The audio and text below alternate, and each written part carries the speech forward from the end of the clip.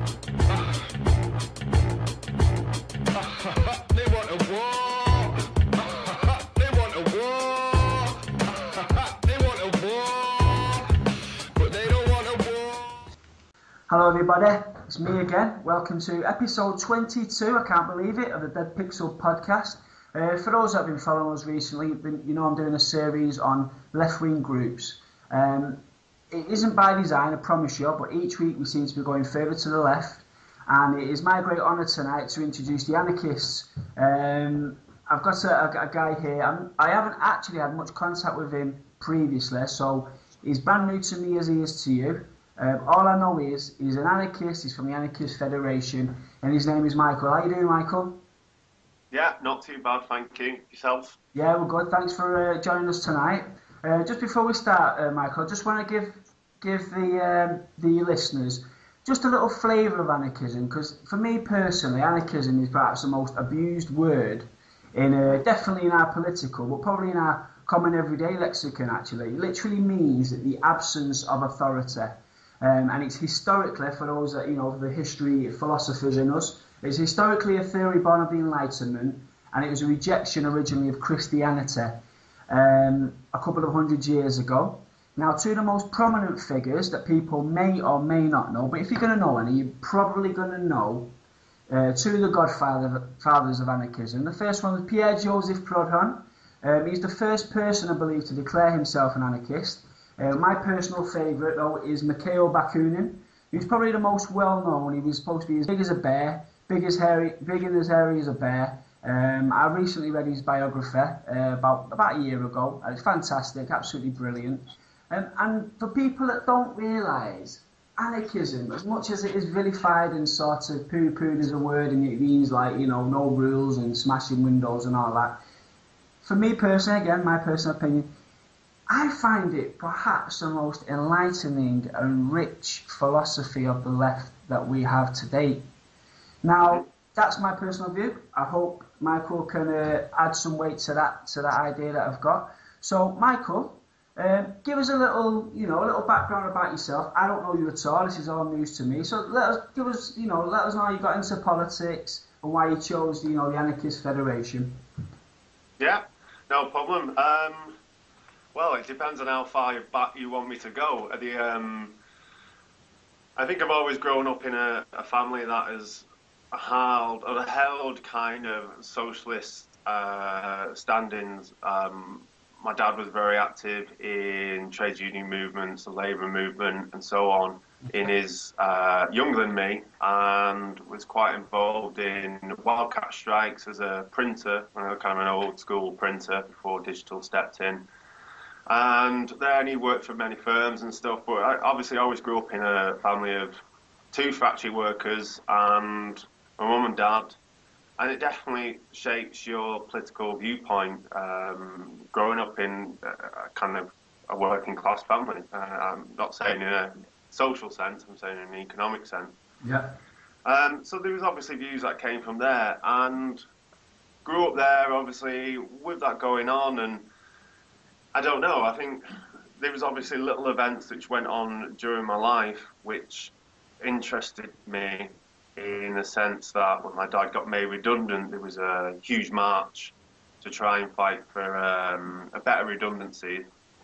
And then the reality of it was the unions really, really screwed people over. And that I was made well aware of that when my dad was unemployed and so on, and seeing it. And then developing from there, it actually came mostly from music. And that kind of seems quite typical for anarchism comes from music. It wasn't Crass, it wasn't the Sex Pistols, it was punk hardcore from America and from Belgium, and it always came with politics ingrained in it, whether that was a lifestyle of no drinking drugs, or veganism, or anti-fascism, and so on like that. So that really energized me anyway. Okay. I can carry on in the sense I was moved into looking towards political parties.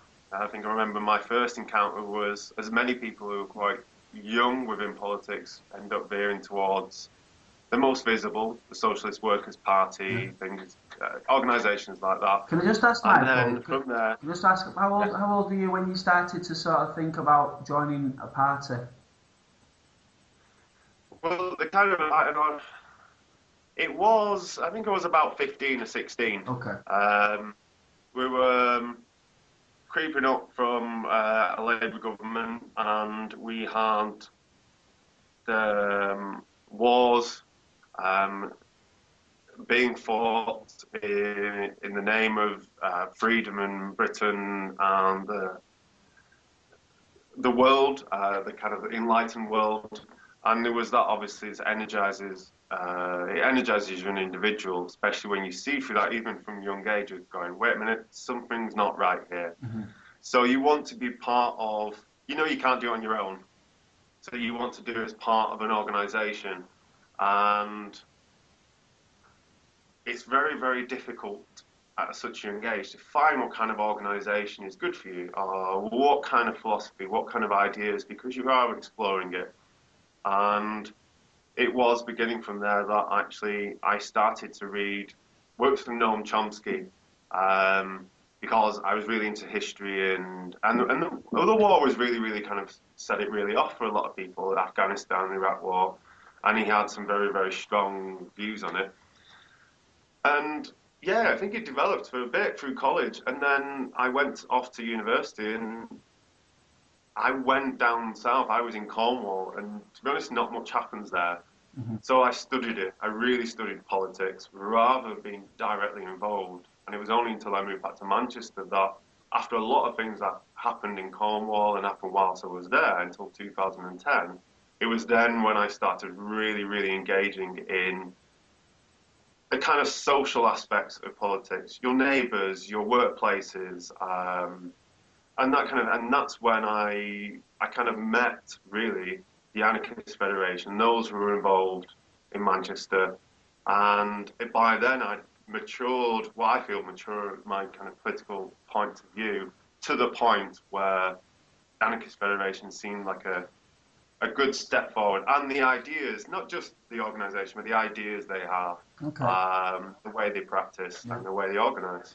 Now, you did mention that you originally joined the Socialist Workers' Party, did you say?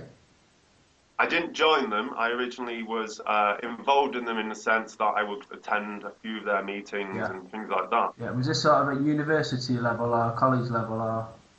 This was whilst I was in college, so when there was a few events they put on in Manchester and around there. Yeah. So you went from going to a few meetings with the Socialist Workers' Party as somebody that was, was socially conscious. You didn't really know where you wanted to sort of fit into the political spectrum.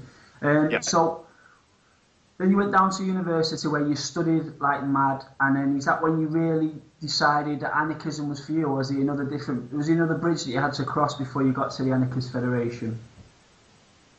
There was definitely there was several bridges. One was kind of theoretical. I studied film and kind of culture and philosophy, and I was really, really taken back by the situationists in the 60s, late 50s and 60s in France and in Europe. And that really, really appealed to kind of, and it usually does for the younger person's mindset, but then also learning about where it came from was council communism, and lots and lots of ideas were fed from there. And then there was also personal experience where I struggled with health. I realized that I was jumping into lifestyle politics as well, so there was bin raiding and skipping stuff, and there was that kind of, I can just do it on my own, the kind of individualist point of view as well, that actually when realizing that I probably was beginning to recognize having a long-term health condition, then I realized actually, how does society support people who aren't economically viable, who cannot do the whole individualist aspects that a lot of anarchists will put forward, where we, ed the system, we'll do this, it doesn't matter. But how can we support each other in a kind of social aspect, and also in a workplace aspect as well? Okay. So you were saying, did I hear you right? You said you were sort of bin dipping, as in You were what, raiding supermarket bins, that type of. Yeah. Okay, and what was your living conditions at that time? It was varied. I was in and out of work for quite a while. Living in Cornwall, it was difficult. Not a lot of work there, and what work there is very, very seasonal. I was made redundant from a job I had for 9 months. It wasn't renewed. The government changed, and yeah, it was very. The only things I had was my savings, and that helped to pay the rent and it helped to pay bills. Mm-hmm. But then there was the aspect of where I'm going to feed myself from and the opportunities. Thankfully, I was physically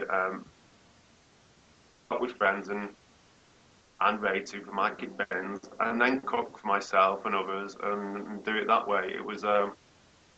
I don't do it now. I'm not able to. And living in Manchester, it's not as easy, but it's. It kind of was a stopgap, but it wasn't necessarily a solution to the issues and the problems. Definitely not. And did it give you a? But it was fun as well. Yeah. Oh, yeah. And did it give you a sense of sort of the waste of society as well, like the amount of good things that we just toss into a bin? There was that, and yeah, definitely. And I think the first people say is like, "Oh, why is there so much waste? That could have been put to better use." Mm. But if you really, really start to analyse that and look at it, there's a reason why there is so much waste. Yeah. Is in order to have, for a company such as the main supermarkets, to have so much profit, they produce a lot of waste to do so. Waste is part of their costs, and it's part of how they create profit. And it's when you realise that it's not wasted because no one wants it. There's a hell of a lot of people that need it. It's wasted for an economic advantage for a company, and for those who thrive from it. So. Yeah. Okay. So you came back from Cornwall and you moved to Manchester. How did you then get in touch, or how did you contact, or how was you contacted by the Anarchist Federation? How did you end up where you are today? I initiated contact. I think that's with the Anarchist Federation. It's always through the local groups. So I contacted people within the local group of the Anarchist Federation, which is Manchester, and spoke to them through their email and through contacts like this, and also seeing through their website and other publications and stuff they freely distribute. And then knowing their aims and principles, their kind of constitution, and knowing this is an organisation I want to work with, and then approaching them, and eventually spoke to a few people who were involved, and went and actually met up with them, and went to a few meetings, and it carried on from there. Right. Okay. Brilliant. Now I'm just going to read a quote here because I think this is going to fit in quite nice, and I'll tell you why after I've said it. But basically, it says anarchists consider the state and society completely separable. The state is an artificial, manipulative device, whereas society is a natural formation. So the destruction of the state will not jeopardize society itself nor civilization. So what that means is there's a separation there between the state and society. Now, the reason why I think this might be interesting in regards to yourself is, apart from the Socialist Workers' Party that you sort of dipped in when you was at college, you've decided that the future is not actually through the system, a political system of warring parties. You've sort of said, I think the system is, a beneficial system for all, is outside of that, i.e., similar to this is saying the state and society is separate. You personally chose to say that the parties, I'm going to be separate from the parties within the political system, and you're actually part of a movement. Now, what the listeners might be interested in is, the Anarchist Federation is not a party. You guys are not up for election anyway, are you? It's not. No. It's not a case of vote for us. We've got the best ideas. We wear the red flag, and it's not anything to do with this. It's totally separate to the political system, isn't it? So can you just let us know why you decided that for benefit of mankind as well as yourself and society, both local, global, and whatever, the party system that we're all sort of absorbed since day one. Why do you think that the answer lies outside of that? Yeah, no, that's a good question. outside of, when you say the party system, look at it in kind of representative democracy, of you defer responsibility over your everyday life to someone else to make those decisions. And if we look on a very practical aspect, is we take the general election this year, you're going to be electing a councillor and a representative to go to Parliament. The councillor themselves would have to take the views of thousands of people, and that's including, obviously, thousands of people who support them, but then what happens to people who don't support them? You have so many different opinions on how they want society to be shaped and run, that not one person can ever represent your views fully. That doesn't mean that your views as an individual are more worthwhile than anyone else's. But there is no chance for a consensus base. There's no chance for people to work with each other. You are deferring power to someone else to make the decisions for you. And that doesn't manage the conflicts that exist in society as they do. If you're talking about representative democracy and democracy in general, we've also can't think of society and what we do most of the time in our everyday lives, which is work. And if we're not working, we're having to go to the job centre, we have to go through certain elements in the system. At no point in that do people say, well, I spend 8 hours of my 5, 6 to 8 hours at least sometimes of my life every day, and I have no democratic say over my workplace. And that's something electoral politics will not touch, because the power in itself is in a class-based system. And that's why I think for me I'm for a class struggle politics, and I don't see that as coming through a state solution. The state was, as we see it now, was created by economic forces in the past. And it seems to be a continual echo of that again and again, that we will maintain it because it is the status quo. And right now, despite the fact that lots of, and I'm not just saying anarchists, so many people who aren't affiliated to any kind of political ideology know what they want in everyday life. They know how to make it happen. And they also work with each other to an incredible level that's perfectly possible. It's just how we go beyond the restrictive politics and the restrictive social relationships we currently have in place to create a better society where we're communicating on an everyday level. And that's why a lot of anarchists will put forward this idea of direct democracy rather than representative democracy. And I don't see how, despite the fact that elements of even someone like UKIP will say, we will employ direct democracy. Well, what they're saying is they will use it when it's useful for them to support their views, not to use it for people to actually have a say over their everyday lives. So there's a long-winded way. That was the best way I can describe why I don't see the representative democracy as being something useful for me and the people around me in the workplaces and in my neighbourhood. So. Yeah. So I suppose the obvious question is then, you're outside of the political system, so you are a revolution movement, yeah? But if the revolution was to happen and it was anarchist, which particular form of anarchism would the Anarchist Federation adhere to? Well, as an organisation, as the Anarchist Federation, we've already put forward the perspective of anarchist communism, which has it's one of its kind of original forms of anarchism, and that's, to try and make it quite simple, it's a very aspect of, it's not an individualised aspect of anarchism where we can run off to the hills and create our own little commune, have no association with the everyday life that's going on.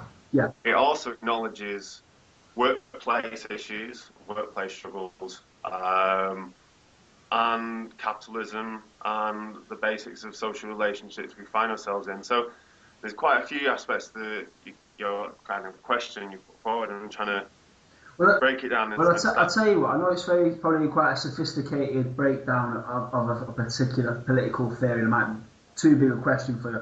But I'm just going to highlight two aspects then, yeah? The first one is, traditionally, this is my understanding of anarchism, forgive me if I'm wrong, but my understanding of anarchism in the traditional sense is groups of federations, I suppose, yeah, that have a common social contract, almost a verbal common contract about how to live within a group. Now, that if you don't want to be part of that group, then you are more than happy to start your own group. And what you do is there's a common social thread that means that you have shared resources, yeah, you have common connections between groups if ever they need your help or vice versa.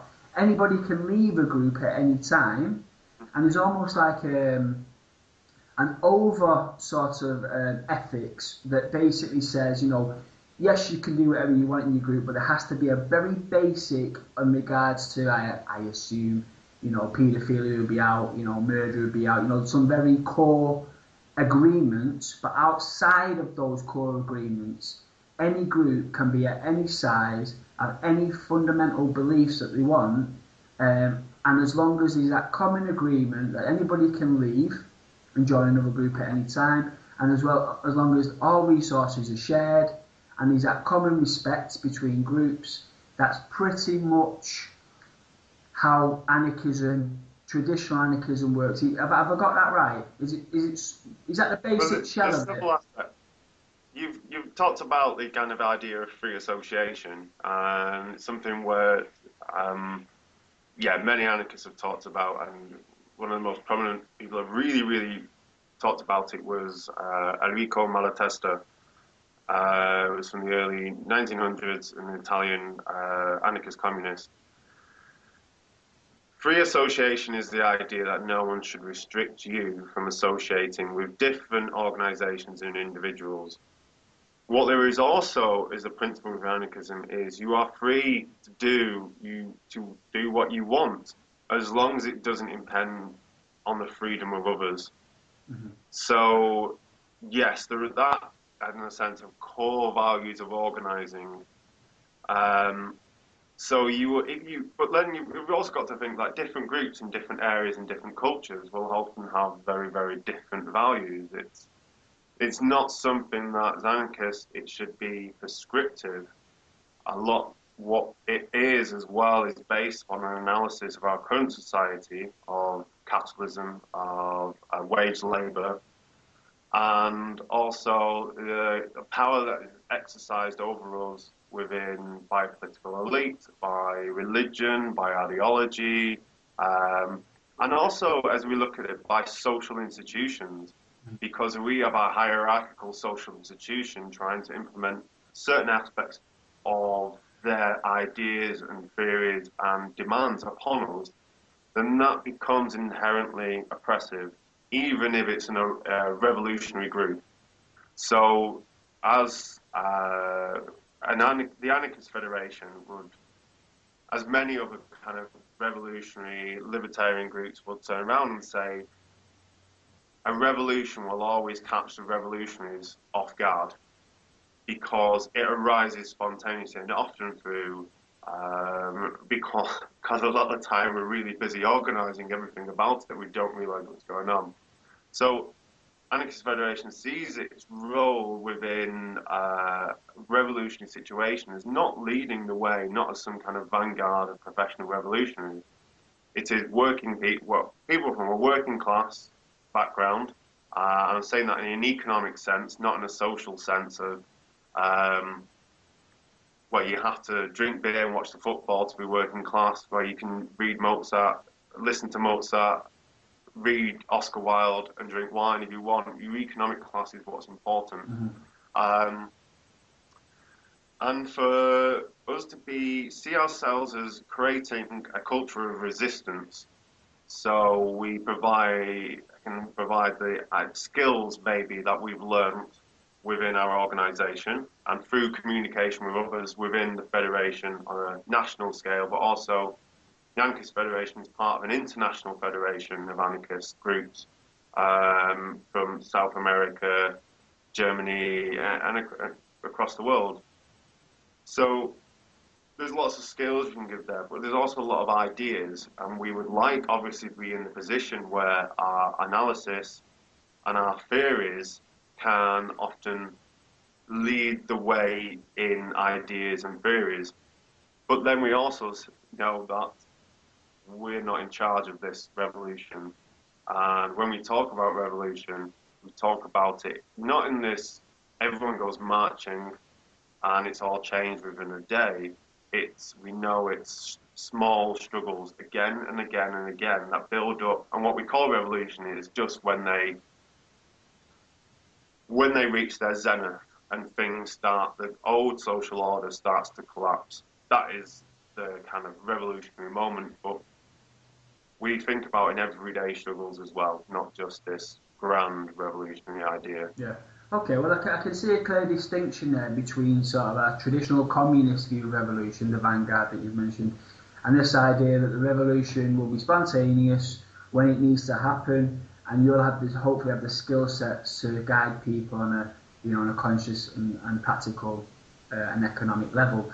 Well, just going back to the actual structure of anarchism. Okay. As I hinted before, Matt, a traditional view of it is sort of disassociated groups in the sense that, they are separate groups. So I suppose a view of Britain would be just multiple communes type places, of all different sizes and all different beliefs and whatnot, with an over sort of law of ethics and morality that doesn't allow anyone to impede on another commune, let's say. Is that still the ideal of anarchism? So what's the ideal structure for the Anarchist Federation? What view do you think is the perfect system for human, way of living? No, yeah, that's good. I think you look at the basics of how we organise as a federation is we have local groups. We also have individual members who are not associated to a group, and these vary in numbers. How they're structured is these groups obviously do have their autonomy, but then organised within a federation. So there are commonly agreed aims and principles, and within an international, there is commonly agreed aims and principles within that international as well, which often expand across borders and have different perspectives.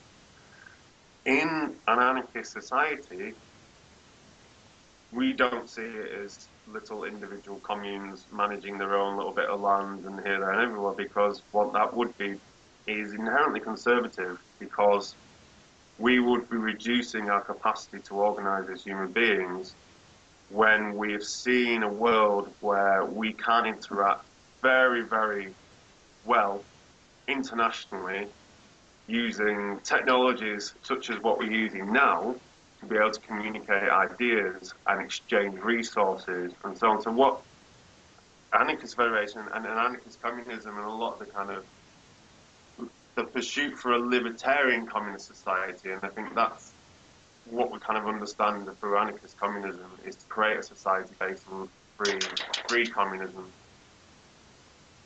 Is it works on these kind of federal structures which exist when they need to exist, but they aren't set in stone.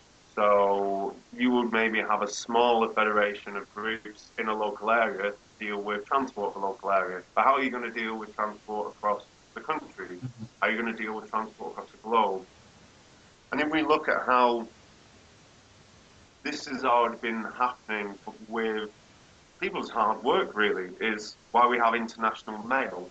We don't really have international mail because just companies are doing it. We have international mail because we've learned ways and structures to organise that we can distribute stuff across the globe.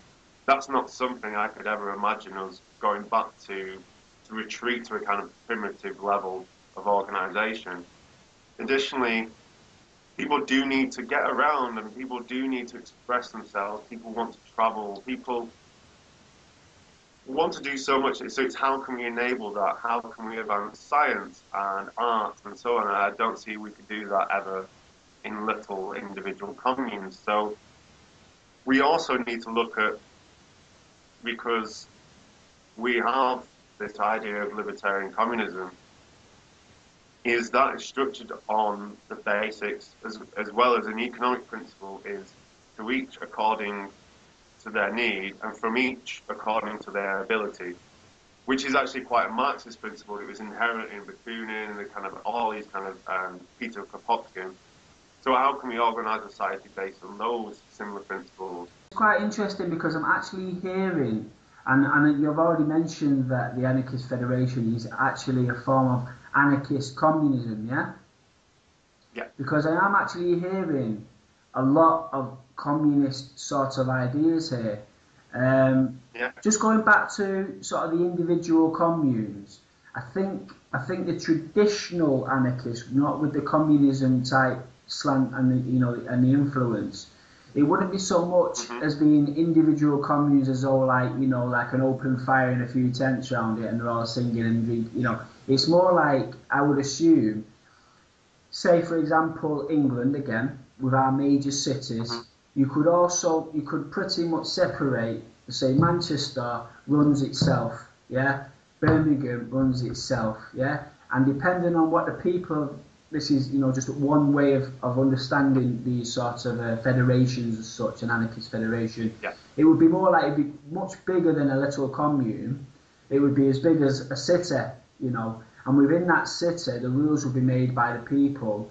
And it would only be because of all that variety in all them different cities that have all those different ideas, yeah. But with a common law, as in although they are individual in a sense, there is a basic law between each one. So you can't just, like I say, you can't just go and kill someone and blah blah blah.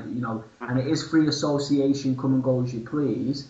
It'd be only that variety of different ways of living that could actually fulfill the individual, because if you only have one particular type of system, yeah, even if it is the diverse as liberal capitalism that we have today, it's still only one system, and so these individual personal freedoms that are being repressed because they're not allowed to be themselves or live the way they want to live.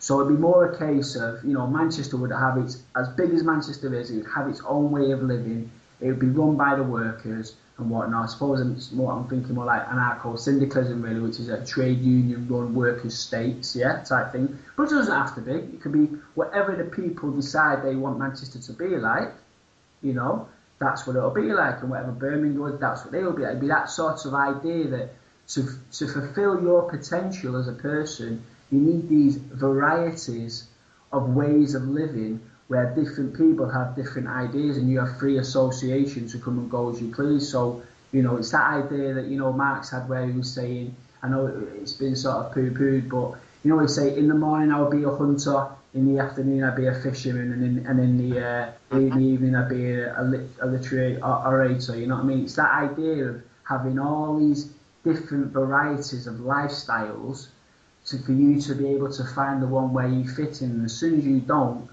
you're able to go to somewhere else. So just wanted to clear that up. It wasn't, for any sort of pure anarchist out there, I didn't want them to think I was giving a bad sort of indication of what their beliefs are. But my own beliefs, it'd be more like that than actual primitive little communes that, thousands all over and you come go to sleep. So just clear that up. So the communist side, like I say, I'm hearing a lot of communism in this. So I have got a couple of questions with this. Now, traditionally and historically, going back to the great Bakunin and Marx, they used to have stand-up rows. In fact, I believe the first International was actually split, wasn't it, because of the rows that they had, the anarchists and the communists. You've got the great Spanish War, where actual communists were murdering anarchists, and vice versa.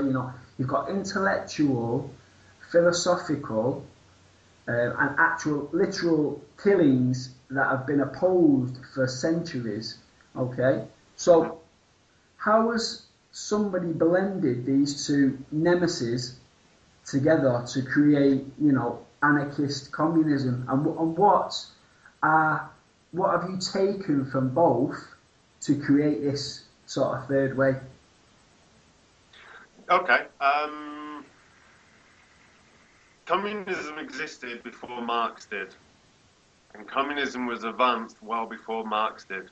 Marx often held this idea that to achieve a communist society, a free society based on free access to resources, the means of production held by those of the producers themselves, not by capitalists and so on, is actually that's a core anarchist principle. So when we maybe mention the idea of communist, within it's also something that's been heavily used and utilized by authoritarian communists for a long, long time to say that their workers' state is communist. But we also analyze it and say, no, it's state capitalist. We can look at it in many different ways. Yeah. It's not a workers' paradise in any sense of the word. The split between the kind of anarchists strictly and communists strictly in a kind of authoritarian, non-authoritarian sense. Well, there is several elements. Like you can obviously pin it down to certain individuals, which caused a split. But then also there was a movement in general. Is you had more of the idea, like I said, of the state being parliamentarianism being a solution to create this communist society, this free communist society. And even Marx said that the state, if it's used as a means to overthrow the bourgeois and the capitalist class, should wither away. The disagreement was, by many anarchists at the time, was the fact that they disbelieved that that would wither away naturally. They believe that once the state power is re-established, it will stay there, and I think history has proved the fact that that will. The idea of this as anarchism and communism being opposites has come from this kind of just explicit, this split of the authoritarian elements of communism and the anti-authoritarian elements. Yeah. So within late 1800s France and early 1900s, you had the anarchists use the term libertarian to describe their anarchism, their communism, their anti-authoritarian socialism and communism. But then that's also like saying that if I say I'm a libertarian communist, it's saying, well, you're combining libertarianism from America and communism for this, and then all of a sudden it's just like, who's been using what words and why? And that's something that's quite important, is we're pushing through an idea which actually has a lot of historical precedence and has been manipulated in the past to gain support of many, many individuals and groups. And that's something that libertarianism itself has been used by. And it was, in the 50s, it was explicitly said that the person who really re-established the idea of libertarianism as a phrase in America spoke explicitly that he had stolen it from those dirty Reds. And that's how language is used. So throughout, you will see this kind of term of anarchist communism, anarcho-syndicalism, libertarian communism, libertarian socialism, free communism. Yeah. There is a whole host there's a whole host of different ways to describe it because of political situations in the past. Yeah. But I mean, and also left communism, and all sorts of things like that. But I mean, I understand, there are many, many labels for what could potentially be much the same thing, but for me, it's the idea of how do you fit. My greatest understanding of communism is from history and from Marx and whatnot, is an idea of a structured workers' state, which basically means that it's a unified front of everybody that then creates its own utopia, and as you say, the state would then wither away as the class as class sort of disintegrates, because everyone's, working class. But how do you fit that into the anarchist perspective of federations, federational groups, not necessarily. I mean, traditional anarchism doesn't really focus so much on class, does it? It just really focuses on state structure, and whereas communism has been, Marxism has been essentially about class.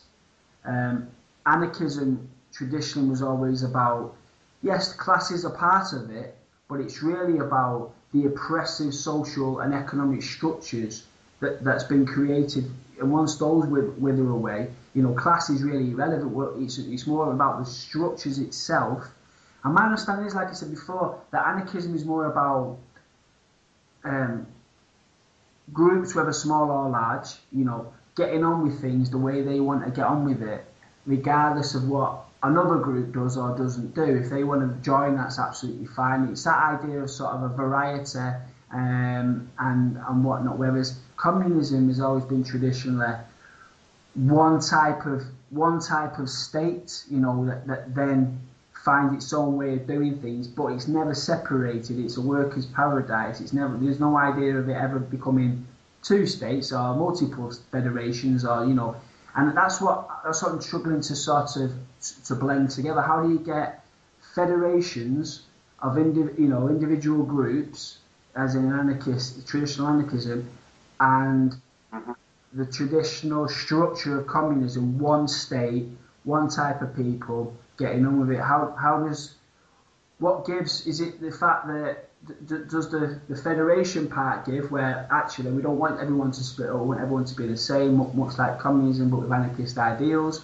Or is it more like we actually believe more in communist ideals, but we prefer that people are sort of make their own groups if they so choose? Do you know what I mean? Where does that, how do you blend them two together? They're my two biggest, in my mind, that's a roadblock for me. That's the biggest roadblock between anarchism and communism.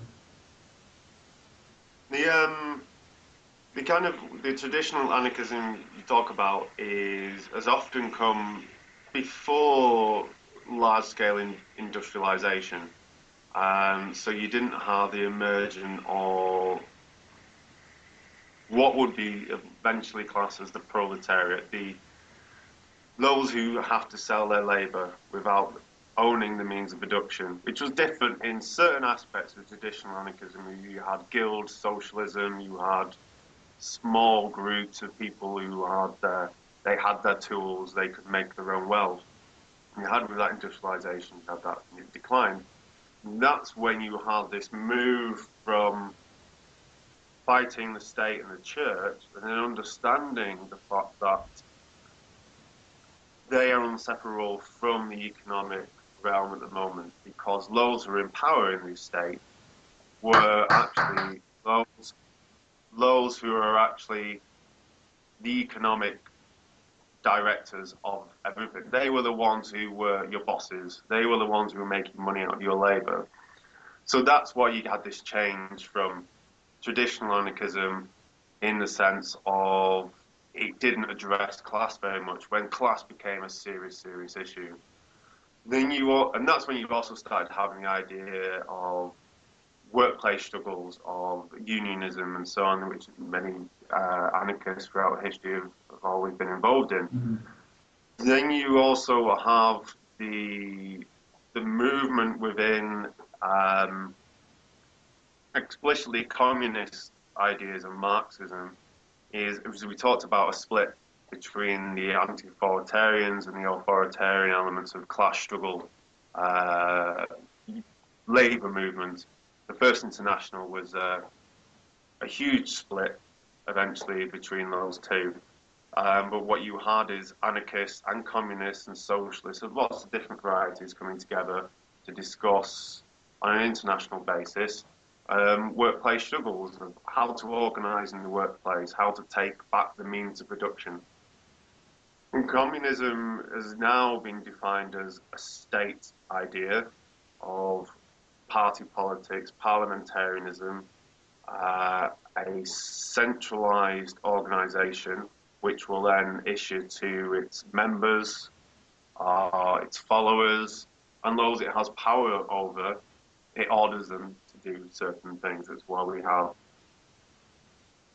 can have a really good analysis and look at something like the split between anarchism and communism, for what we know as, is the Russian Revolution. And I think that's a very, very kind of pinnacle point of view. Because from that you had many, many anarchists involved. You had many authoritarian communists involved. You had lots of different aspects. And you also had a world war going on. You also had imperialist kind of influences there. What you had is a kind of like the Bolshevik Party as an organization take control and slowly centralize its power, get rid of Soviets, and Soviets themselves is a very, very kind of anarchist idea. Soviets meaning councils, meaning unions, and it's what you were saying, it's actually workplaces, communities and cities organizing themselves to distribute food, to organize the means of production and so on. So that's a very, very anarchist thing, even though you think of a Soviet as something very communistic. And it was, but it's nothing to do with communism as we now think of it. Yeah, state communism. So that was destroyed by Lenin when you also had the anarchist Black Army in Ukraine areas, led by Nestor Makhno, who were a peasant army, and they would organize around the idea of communism, free Soviets, and they helped to defeat the White Army, they helped to stop the Red Army from infiltrating. There was lots of aspects, and then you've also got the fact that Kronstadt sailors, who were always seen as this vanguard of the revolution, the red kind of revolution, at the end of it became the kind of a libertarian force that had to be put down by centralized Bolshevik forces with mass slaughter. So that, for me, is a really quite important split between communism and the authoritarian, the anti-authoritarian elements. Mm-hmm. Anti-authoritarian elements of communism, socialism, and so on, is anarchistic and is anarchism, and that's a very practical way of it working in a industrialized sense. And then you also had the state power of Bolshevism and Leninism and Marxism that was on the other side. So rather than these two, anarchism and communism, being split, initially they were inherently the same thing. They split the idea of tactics and how they were meant to be implemented. Yeah. And then you also have the aspect of those who wanted power and those who didn't, and the mixed match that went on after that. Okay, yeah. Now, speaking of Lenin, Lenin had an idea into it where he was saying, yes, I want a communist society, but we do have, I know it was specific to Russian economics and Russian class system at the time, he was a lot more peasantry than he was a proletarian, but he had the idea of using the capitalist state as sort of a gateway to a communist world. Now, the reason I bring that up is, do you think, I mean, this is a lot of left-wing people that actually like anarchism, much like myself, but the worry is, do you actually think we can go from, the capitalist world that we live in now, yeah, the reality, the literal reality before your eyes, and the people, and how people think today, and, the mass consumerist of today, and the X Factor watchers of today, we're talking hundreds of thousands of people that are almost potentially lost consciously, yeah, in a political conscious sense, they're just so far removed from where, anarchist ideology and philosophy and social beliefs are. Do you think that we could go from capitalism to anarchism, or do you think, much like Lenin thought back in the day, there has to be a transitional period, yeah, where we kind of go through a doorway? Now, for many left-wing thinkers, and I might be one of them, I'm not 100% sure, I do change my mind a lot, communism is that bridge from capitalism to anarchism, because the shock from capitalism to anarchism is surely too great, is it not? Well, what I think is no one will wake up in an anarchist society without having to help create it. An anarchist society is based on, let's say, there's if you talk about what Lenin would talk about, he was talking about a country that had not long since got rid of serfdom. It didn't have mass industrialization. It didn't have the prerequisites which Marx would talk about is a large proletarian population. So, from his perspective, in order to get, this is the transitional period we talk about, in order to get to a kind of a freer society, we had to go through this the kind of historical materialist phase. You have to go through the element of capitalists. I mean, you have to do that, and then that's free society. You also had another example which came about 20 years afterwards, was the social revolutions in Spain, and they were actually quite similar to Russia at the time. They'd suffered long from a monarchy, from religious repression.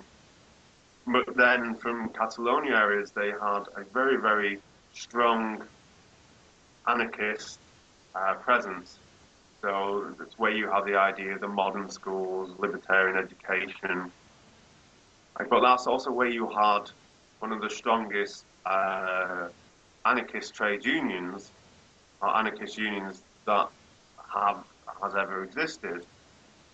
Of course, the situation of fascism and them having to really take control was a big issue, and they had to take it from the Republic themselves, because the Republic wasn't geared up for actually being able to fully resist the kind of the coup from the generals in Spain. But what you did have is, within a very, very short amount of time, a well-organized anarchist society based on the principle of workers owning the means of production, as much free, open access to resources as possible at the time, whilst also fighting on a front against fascism. And that was quite quick. If you could look at it in the sense, people woke up and all of a sudden they have an anarchist-like society. But what it ignores is that slow build-up of workers' struggles. You have the slow build-up of social struggles, of education, and so on. It's like, no, it's not going to happen tomorrow. And I think if a lot of revolutionaries, pro-revolutionists, will always say that they come down to, oh, it's never going to happen in my lifetime, and then seem dejected by it. I said, well, I'll always say that for me, that doesn't make a revolutionary. A revolutionary is someone who does it because they know this is something that needs to be worked towards. So if you think of that as a transitional period of people struggling, I'm involved with union organising hospitality workers, and that involves people who work in bars and restaurants. Actually, that's a lot of people go through a hell of a lot of abuse on a long, long scale of not being paid wages, of working in terrible conditions, being fined. And if people can organise themselves within those terrible working conditions for what we have in our society, and they begin to win slow victories, if you're talking about lots of transitional period of these slow build-up of successful struggles, and for those to be led from the bottom up, that is, as say, an anarchist transitional period. It's the struggling to build, and it might sound like a cliche, but build a new world from the shell of the old, rather than the top-down idea of we'll smash it up, or we'll take over the shell of the old and transform it some way into something what we want. And that does take a transitional period because there isn't maybe an organic base of struggle there. It's not accepted. I think Lenin himself accepted the fact that there wasn't those organic bases already put in place.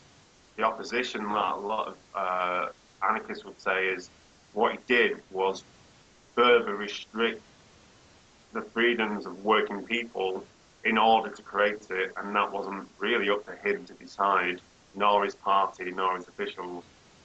So, no one will wake up and go, how the hell did we get into this anarchist society? Because if that happened, it wouldn't be an anarchist society. It would be a group of revolutionists turn around and say, right, this is your society you're in now, whether you like it or not. You would be aware of it. You wouldn't have this massive shock and awe because you, as an individual, would hopefully been struggling towards it, unless you're going to be disadvantaged by it because you're a landlord, you're a business owner, because you would be classed as a class enemy in the broader sense of the term. It seems a very, very loaded statement. Someone who's not proletariat, not a worker, who doesn't have to sell their own labour in order to survive. So, can you understand it? I understand, but I'm just thinking, other than an actual civil war, it's either a conscious awakening, okay, on a mass scale, or a civil war. There are going to be thousands, if not hundreds of thousands of people that are pretty much indifferent, okay? And that's a key word there, indifferent to what is going on because they just live in their own lives. I say, if it's a civil war, fair enough, the battle lines are drawn, this is a civil war, and anarchism's won, but everybody's been engaged and I pretty much understand that if you come out the end of it, you know what you're going to get, yeah? Or a conscious awakening, which potentially could happen, but more than likely it's going to be sort of groups of people being active, and then eventually there's been some kind of shift where it is an anarchist society now, and like I say, minus the civil war and a conscious awakening, you're going to have hundreds of thousands of people, if not millions of people, that were indifferent to it, but now they're in it. I'm just saying, theoretically, if that was to happen, what you're kind of saying is, if there was an anarchist society, everybody would be engaged in making it an anarchist society, but there's 60 million people, in Britain. And like I say, minus the civil war, not everybody's going to be engaged. So what I'm saying is, would that be a shock for those that are not engaged, fully engaged in it? They might know what's going on and whatnot, but is anarchism not too much of a shock to go from capitalism to anarchism, even if it takes 5 years to get there in regards to, it's not going to be overnight, it might take 5 years, it might take 10 years, but we're talking about the people of today, the way that we are bred, the way that we are developed, our belief systems that are ingrained in us, the idea of what's successful, all the things that are on the left we hate, but is actually the mainstream. Is anarchism a bridge too far? Should there be something in the middle? Should it be a social? Should we go from capitalism to socialism to communism to anarchism, or should we go from capitalism to libertarianism to anarchism? Or do you honestly think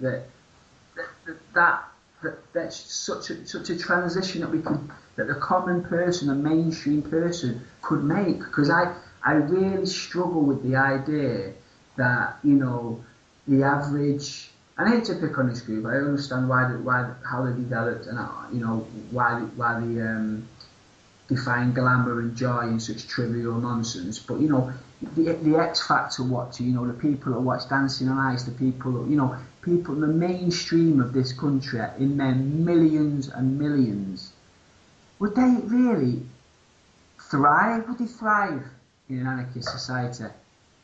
I honestly think we would need a transitional period of almost like drip feeding social ideas in order to get to where we need to get. I just think they wouldn't be able to thrive. And to be honest, at the end of the day, we're trying to develop a system where the most people thrive. That's a very important word, isn't it? would the mainstream in Britain thrive in an anarchist society? I don't think they would. Not with the way that we are now, the way that we've been developed for 30, 40 years, you know, with Reaganomics and consumerism and, you know, individualism on this shallow, meaningless sense. You're talking about a revolution not in your lifetime, that's very noble, yeah? To get well, maybe not. I don't know. To get to that anarchist society, if we're going to go from capitalism to anarchism, you know, that is the next stage. I would argue that could be 100 years of chipping away if you're going to go from one to the other, because it just seems too extreme for the mainstream. What do you reckon about that? Yes. Right now, if you just turn around and said to people, this is all going to change, they'll laugh at you. They wouldn't understand it. I don't think you'd understand. That's the thing. I think they're so far removed from anarchism as such a rich, diverse philosophy that could benefit us all. It's not that they would. I don't even think they'd comprehend what you're actually talking about. You know, it's so far removed from mainstream.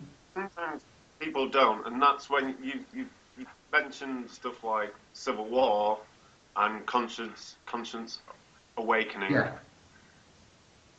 What we'd say is the fact that we, rather than suggesting any of those two, we talk about class struggle. Mm. And class struggle is not this all-out war with guns against the state, because right now the state will win. They have the guns. There is no way to do it, and there's a complete lack of organisation.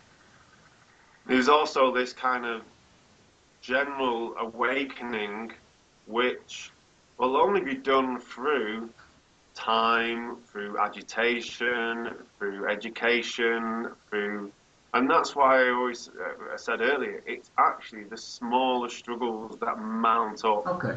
Well, and how the transition, like I said, the transitional period is not implementing one system for another to temporarily bring you over to another. It's actually to build up the struggles that are already inherently in place. So when we talk about class and workplace and we talk about economics, we're talking about capitalism is not this one big thing that's overarching over it.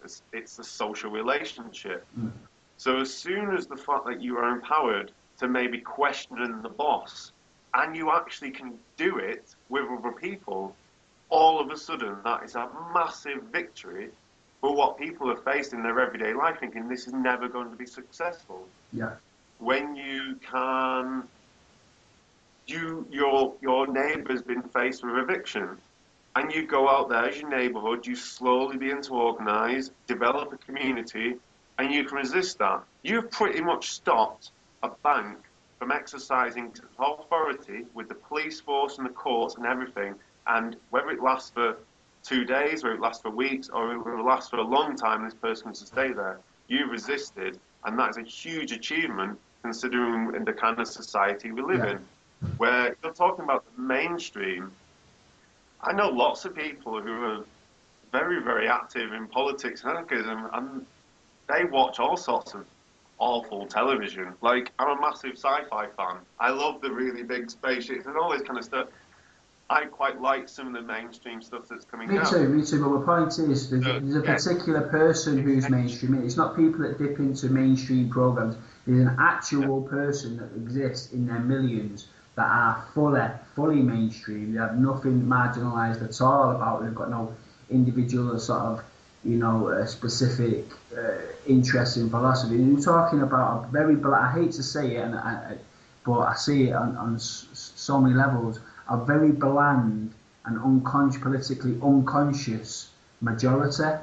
Now, I might be wrong. It might not take 100 years because really there's been such development since the 80s. Really, I've seen a hike in uber capitalism and how people have developed, maybe even since the 80s. So I take that back. It probably wouldn't take 100 years. I think with the right practical, activism, potentially it could take 10, maybe 20 years. So let's just talk about that. You as an anarchist and the Anarchist Federation, let's talk about the practicalities of your federation what you do get involved in, who decides what you get involved in, and what's the overall aim of activism for an anarchist in the UK today? Okay, so what the first thing is what I get involved in, and what we get involved in locally. It's a good place to start. Is as individuals, we're individual members and associates. We're often involved in a hell of a lot of different stuff. Whether that's for me, it's organising the neighbourhood, and it's sometimes coordinating the green spaces that need maintaining, that have an element of just basic everyday stuff. I'm working within a housing cooperative as an attempt to re-socialise old social housing, so take it back from leaseholders. So it's a bit more so because you can never fully socialise social housing once it's sold off. Yeah. So there's that in individual levels, filmmaking, activism, and so on. But as a local, we would decide what we want to do. Usually we set up kind of a strategy for 6 months, whatever's viable for everyone. Okay, yeah. So within the past, we had one in January, and our strategy was based around two things initially. One was to work towards a anti-electoralism campaign. So that would support other groups across the Federation with ideas, documents and stuff like that, posters, stickers, designs and all sorts, to kind of promote this idea of organising in your neighbourhoods, in your workplaces, beyond electoral politics. So it was also saying, no one cares if you vote or not. The issue is, what should we do beyond this? So we were doing this. We've been handing out free publications of the kind of main Anarchist Federation paper, which everyone contributes when they can to. And then we're going to have, after the elections, have discussions then. A lot of people are rushing in discussions about electoralism now, but we feel that there's enough people telling other people what to do. Let's have a look at it once the kind of the hype, the hysteria and everything settles down. It's not on television all the time. We can reflect on exactly what's going on. And then also another part of our strategy is to establish what's called a solidarity network. And a solidarity network, I'll try and make this short, was an idea that came out of Seattle and many places in America. How they structured it was to focus on workplace issues and on also tenants issues and fights against direct action against landlords. Since we have other organisations in Manchester, such as the Solidarity Federation, which are an anarcho-syndicalist organisation, we also have the Manchester Industrial Workers of the World, who do a lot of workplace organising. We thought, let's focus on tenants issues and housing and how we can use direct action tactics against poor landlords, agencies, especially when people are withholding fees and just generally being really horrible landlords, and how we can find winnable solutions for that, whilst also creating the idea of solidarity and mutual aid, of working together and creating that culture of resistance as I talked about earlier. So that's something we chose as locally. On a large scale within Anarchist Federation, it's probably important, there are a few national things we come up with, and it's quite rare because to coordinate everything is a really big job. And often, depending where you are in the country, defines really what you want to get involved in and what's going on. But how we come to certain decisions about what we want to do and just decision making in general is we have a process of federal delegate meetings. So we have delegates. Once we have an internal bulletin sent out with proposals that people can contribute to, that's sent out to local groups. They have positions on it, whether it's an individual position, whether it's a group position, and that's taken to the FDM meeting, wherever that be in the country. And these positions are put towards, we would kind of aim to work towards consensus, whilst also understanding that sometimes it might come down to revolt if it's really contentious. But if it's so contentious, then it should be something that gets explored much more rather than making a final decision. And one of those a few years ago was to try and establish things like these solidarity networks. It's also coordinating web publications, it's also coordinating pamphlets, sticker designs, and kind of agitational propaganda stuff.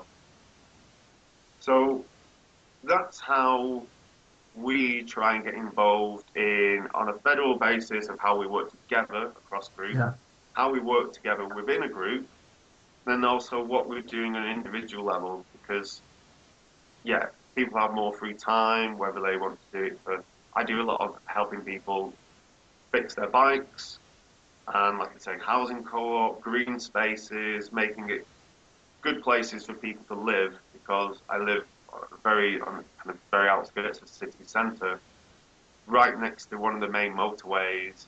This is a great place after lots of hard work that people have created, a place where people, considering the kind of economic makeup of people that live around here, we have, and it's also social housing, we have a lot of sometimes vulnerable people, whether it's mental health, physical health, and then creating decent green spaces means that despite everything that's going on, at least there's a suitable place to live. You feel comfortable there. And that helps to also develop community. People will slowly start to look out for each other. And it's like organising on that basis, I think for me, is something that's really, really important in people's everyday lives. Yeah. And that's why I don't sell ideology, I don't sell anarchism, I sell how we can organise together in our everyday lives, that's what's relevant. Because we could talk about the history of anarchism in the 1800s, but it has nothing to do with anarchism on a Thursday in 2015. What is it that affects our everyday lives, whether it's job seekers allowance, ESA, how do we do all these? How do we deal with our everyday lives, but do it in an anarchistic way to grow and resist these things that are really, really damaging for both ourselves and society. Yeah. And you know what? That sounds absolutely fantastic. And I mean, you're creating a social fabric there, and a network within your own local community and your own society to create, social bonds and whatnot. And that's absolutely fantastic. But what I'm not hearing a lot of is the revolutionary side of anarchism. So, when people that maybe, like you say, maybe the anarchism of today is what you just said it is. It's about creating social bonds, social contacts, and working within your local area. So is it a sense that the revolutionary side of it, and I'm talking about, the bombs and bullets that's been associated with anarchism throughout the centuries, many, what people associate it with, and also some very famous battles won by anarchists, the Spanish Civil War, the anarchists came out of that, with some fantastic heroes, but with what you're saying, the anarchism in the 21st century, a sort of,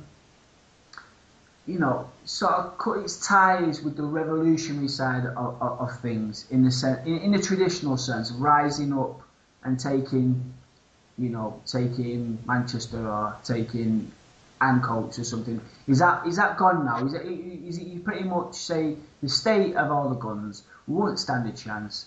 It doesn't work anyway. Yeah, let's just concentrate and building social connections. Is that the anarchism of today in the UK? Yes and no.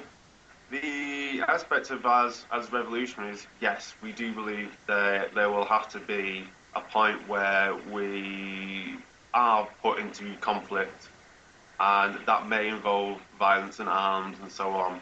But we're not there yet. We know we don't have the capacity to do these things. So it's also kind of accepting the situation that if we were to go, hell, let's get loads of guns and let's do this, and that's never going to work. We look at it, what exactly going to happen? All of a sudden, we become seen as the bomb-throwing madmen, mostly men who usually really ever get involved in that, become the vanguard, become the kind of the Red Army faction of the Germany and so on. And look where that happened, it split people. So what we're saying is, as revolutionaries, if you look at, say, Spain, what was it that grew? And because it wasn't out of nowhere that all of a sudden Barcelona rose up against the fascists, took the guns from the government and declared its own kind of workplace organisations and so on. It was actually very early on, late 1800s, that little things started to build up. Membership, education. You had, yes, obviously people used tactics of robbing banks, or Durruti fled to South America, robbed banks there. There was all these elements, but what we're talking about is that's not your bread and butter revolutionary activity. And we can romanticize it as saying, yes, of course, let's get all masked up and smash a few windows. What we're looking at is how can we build from the very roots of anarchism and build up from there, rather than achieve something we have no capacity to do so. We've also looked at the kind of current situation of revolutionary activities, of revolutionary politics, of class struggle politics and class struggle in general.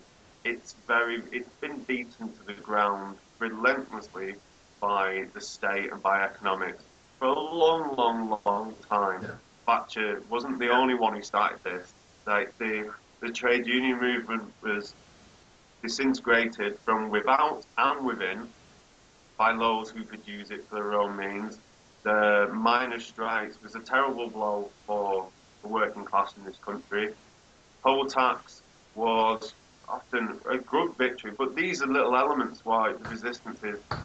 It builds up, it definitely does build up, and it's something that, yeah, we are revolutionaries at heart, but that does involve, it means turning up to a picket line. It means not crossing a picket line. It means supporting your comrade when they're having a shit time, because unfortunately, if you don't support them, they're not going to be there. They're not going to have your back because they're not going to be around any longer. Yeah. It's the building up of this, as I said, build up this society within the shell of the and comradeship.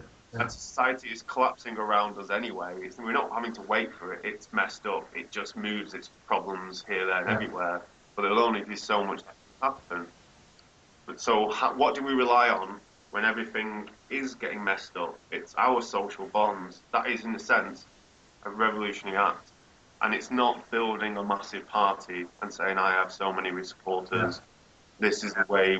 It's because that sometimes leaves people just as alienated as they are in our society now. And that doesn't build up what we want is a revolutionary society.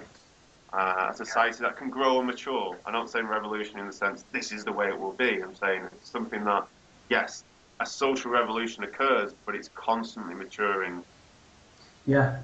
So, is this a fair statement then? So, an anarchist, really, anarchism in the 21st century is pretty much the guys and girls, no matter what economic situation or political situation we're in, rather than having aspirations of taking power and changing the situation, you're always there to sort of guide, remind people of comradeship and social connections, and hopefully one day you've spread to enough people that there will be almost a spontaneous, fluid, creation of a structure that wasn't imposed. It just really evolves into something because those connections and comradeship and whatnot, they kind of spread so far that enough people start to actually move in the same way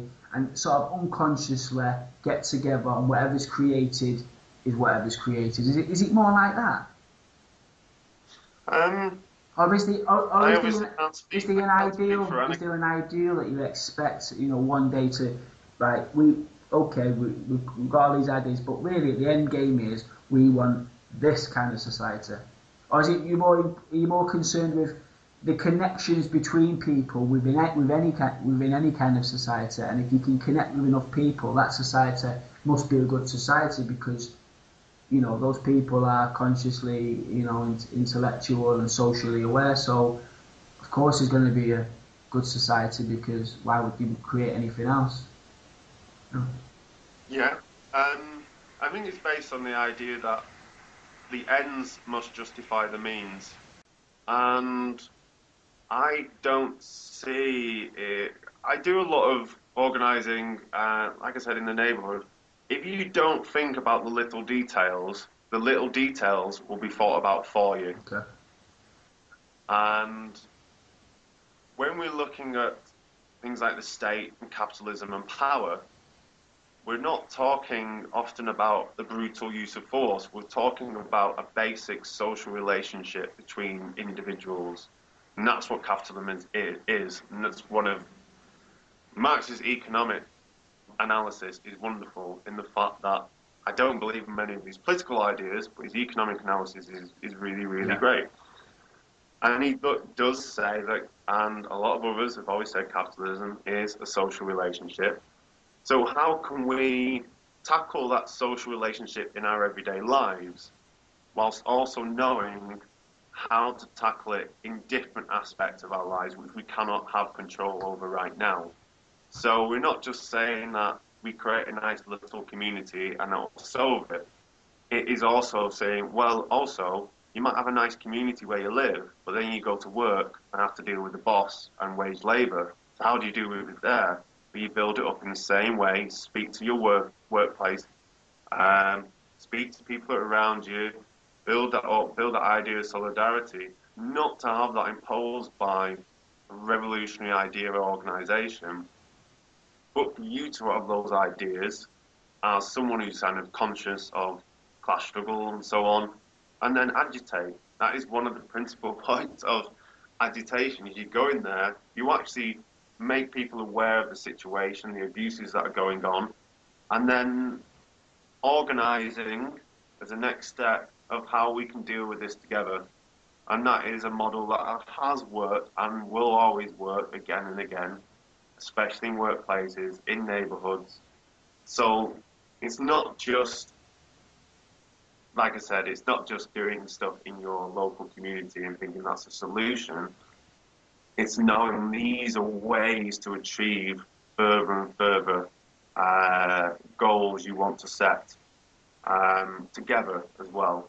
And these are the things, like if you're aware of it in your neighbourhood, you will begin to be aware of it in your workplace. You'll begin to be aware of it in the street, with advertising, with television, with all sorts of stuff. You're pumped for it because after a long day at work, all you do want to do is just sit down and watch a load of rubbish on television and be entertained. And if you don't have those social connections, you don't have often an opportunity to re-envisage what's going on and reimagine what's going on and set it down to your own individual desires and how you achieve that collectively. Okay, that's brilliant. Okay, so I think we have to wrap up now, Michael, if that's okay. Just before we go, is there anything you want to tell anybody about how to maybe get in touch with Anarchist Federation, if they like some of the things you've said, and how did you actually reach out to these groups? Where are you? Where are you based? How do you get involved? Is it just through the websites or? Yeah. Okay. Well, there's a few groups you could check out which obviously have overlaps with our own ideas, including ourselves. So you can check out the afed.org.uk, which is our kind of federation website, and there you can maybe find local groups. Also check out Solidarity Federation, which is an anarcho-syndicalist revolutionary union, and also check out the Industrial Workers of the World. And then also maybe speak to people, maybe find a local social centre, see what's going on. There is not just anarchist groups, very, very strictly, or syndicalist unions. There's also no borders groups. There is prisoner support groups. There is solidarity networks. There's tenants unions. There's all sorts of stuff there. So when I say a lot of the stuff about Anarchist Federation, I'm also saying that there is often lots of stuff that I've maybe mentioned now and then, which might be exactly what you want and what you want to focus on.